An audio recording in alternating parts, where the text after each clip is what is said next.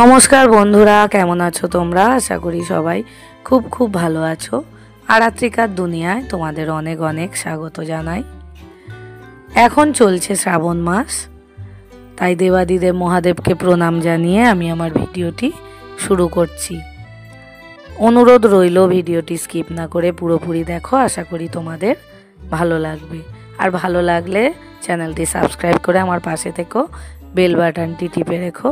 আর যারা সাবস্ক্রাইব করেছো তারা ভিডিওটি শেয়ার করো। এই শ্রাবণ মাসের একটি বিশেষ গুরুত্ব আছে, কারণ বর্ষা ঋতুর একটি অন্যতম মাস হলো এই শ্রাবণ মাস। এই সময় ধরিত্রী শস্য শ্যামলা হয়ে উঠতে শুরু করেন। তারই সঙ্গে এই শ্রাবণ মাস দেবাদিদেব মহাদেবেরও মাস বলে পরিচিত। এই শ্রাবণ মাসের সোমবার পালন করলে দেবাদিদেব মহাদেবের বিশেষ কৃপা লাভ করা যায়। অনেকে এই শ্রাবণ মাসের সোমবার থেকেই 16 সোমবারে ব্রত করা শুরু করেন, যেটি অত্যন্ত শুভ। এই শ্রাবণ মাসে নিয়ে অনেক কথা প্রচলিত আছে।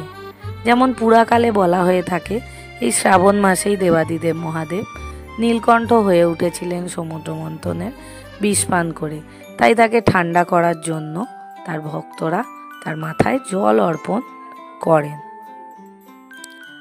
এই শ্রাবণ মাসের সোমবারে আপনারা পঞ্চ অমৃত দিয়ে দেবাদিদেব মহাদেবকে স্নান করিয়ে তার পূজা অর্চনা করতে পারেন।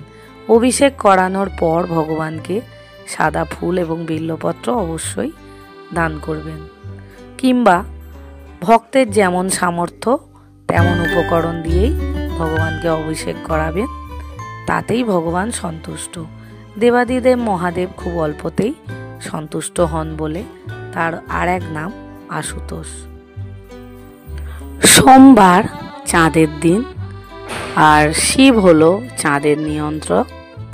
তাই শ্রাবণ মাসের সোমবার পালন করলে চাঁদের সঙ্গে সঙ্গে শিবও সন্তুষ্ট হন। এই শ্রাবণ মাসে মন্দিরে জল ঢালতে গেলে বাবা শিবের মন্ত্র 108 বার জাপ করতে হয়, এবং এই শ্রাবণ মাসে শিব পুজো করলে বাবাকে একটি ঘিয়ের প্রদীপও দান করা অত্যন্ত শুভ। এই শ্রাবণ মাসে বিভিন্ন শস্য দিয়ে ভগবানকে পূজা করা হয়। চলুন আমি ভগবানের মহামৃত্যুঞ্জয় মন্ত্রটি জপ করে আপনাদের শোনাই।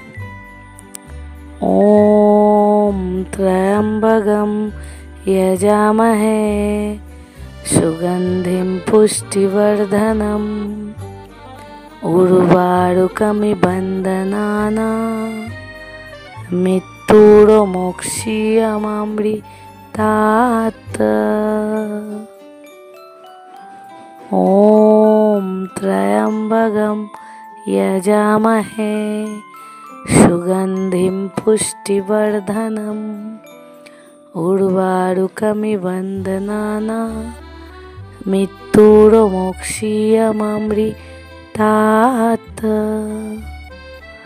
নমস্কার বন্ধুরা, আমার এই ভিডিওটি ভালো লাগলে চ্যানেলটি সাবস্ক্রাইব করো এবং বেল বাটনটি টিপে আমার পাশে থেকো। নমঃ শিবায় নমঃ। বোম ভোলে।